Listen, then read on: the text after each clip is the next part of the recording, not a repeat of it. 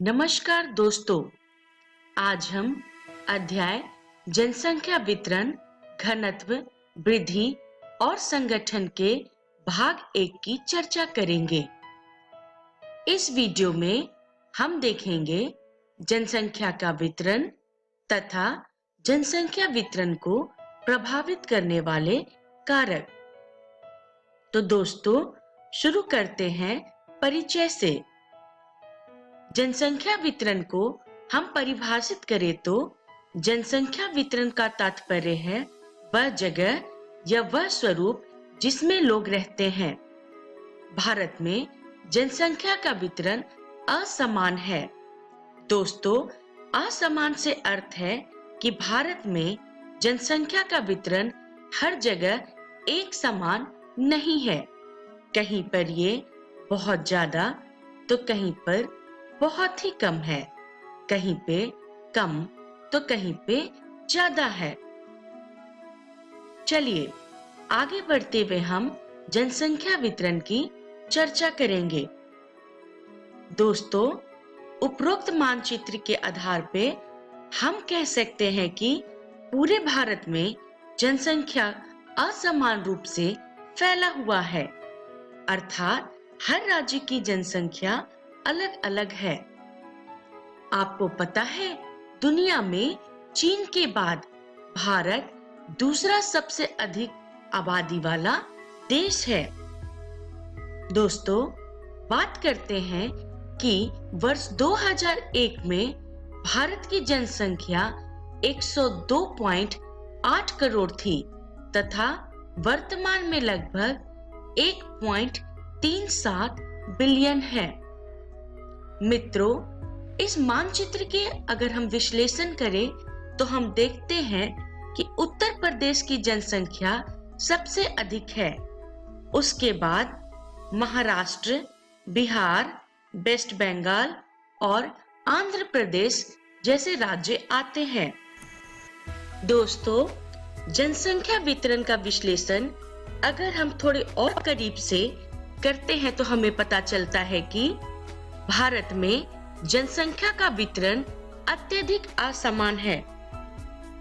मित्रों, हमें इस चार्ट के द्वारा पता चलता है कि भारत में महाराष्ट्र, बिहार, वेस्ट बंगाल, आंध्र प्रदेश, तमिलनाडु, मध्य प्रदेश, राजस्थान, कर्नाटक, गुजरात, इन सभी राज्यों की कुल आबादी भारत की आबादी का 76% है, जबकि अरुणाचल प्रदेश 0.11%, उत्तराखंड 0.83%, जम्मू एंड कश्मीर 0.98% तथा अन्य राज्य 22.08% है। चलिए दोस्तों, आगे बढ़ते हुए हम जनसंख्या वितरण को प्रभावित करने वाले कारकों की चर्चा करें।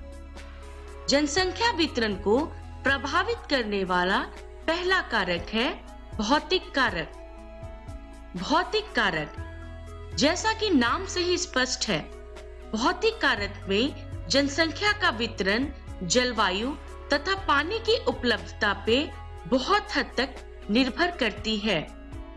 जिन स्थानों की जलवायु अनुकूल होती है तथा पानी की उपलब्धता प्रचुर मात्रा में होती है, वहां स्वाभाविक रूप से जनसंख्या का वितरण अधिक होगा। जैसे कि भारत के मैदानों, डेल्टाओं और तटीय मैदानों में जनसंख्या का अनुपात दक्षिणी और मध्य भारत के राज्यों के आंतरिक जिले, हिमालय, उत्तर पूर्वी और पश्चिमी कुछ राज्यों की अपेक्षा उच्चतर है, अर्थात ज्यादा है। दोस्तों, जनसंख्या वितरण को प्रभावित करने वाले कारक भौतिक कारक में ही आते हैं आपके सिंचाई का विकास, खनिज और ऊर्जा संसाधनों की उपलब्धता। मित्रों, सिंचाई के विकास के कारण राजस्थान, खनिज और ऊर्जा संसाधनों के विकास के कारण झारखंड एवं परिवहन नेटवर्क के विकास के कारण प्रायद्वीपीय राज्यों की जनसंख्या के घनत्व में परिवर्तन आया है, अर्थात ये जनसंख्या न्यूनतम थी जो अब मध्यम से उच्च हो गई है।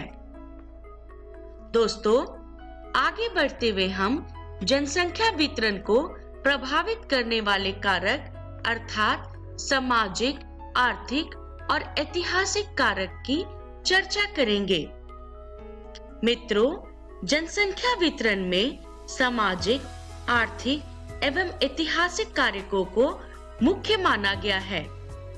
स्थायी कृषि का विकास, मानव बस्ती के प्रतिरूप, परिवहन नेटवर्क के विकास, औद्योगिकरण एवं नगरीकरण, ये सभी कारक जनसंख्या वितरण को प्रभावित करते हैं। जैसे कि भारत के तटीय क्षेत्रों में स्थित प्रदेशों में हमेशा से ही जनसंख्या घनत्व उच्च रहा है, जबकि इन प्रदेशों में जमीन और जल जैसे प्राकृतिक संसाधनों के उपयोग में दोस्तों गिरावट देखी गई है। इन क्षेत्रों में जनसंख्या का घनत्व मानव बस्ती के आरंभिक इतिहास तथा परिवहन नेटवर्क के कारण हमेशा उच्च बना रहा है। मित्रों, जनसंख्या वितरण को प्रभावित करने वाले कारक में ही आते हैं आपके औद्योगिकरण, विकास और शहरीकरण। दोस्तों, दिल्ली, मुंबई, कोलकाता, बेंगलोर, पुणे, अहमदाबाद, जयपुर जैसे राज्यों में नगरीकरण एवं औद्योगिकरण के कारण जनसंख्या का घनत्व उच्च पाया जाता है, क्योंकि ग्रामीण नगरीय प्रवास दर इन राज्यों में उच्च बना रहता है। तो दोस्तों, हमने इस वीडियो में सीखा जनसंख्या वितरण तथा जनसंख्या वितरण को प्रभावित करने वाले कारक। मित्रों, अगले वीडियो में हम सीखेंगे जनसंख्या का घनत्व। तब तक के लिए धन्यवाद।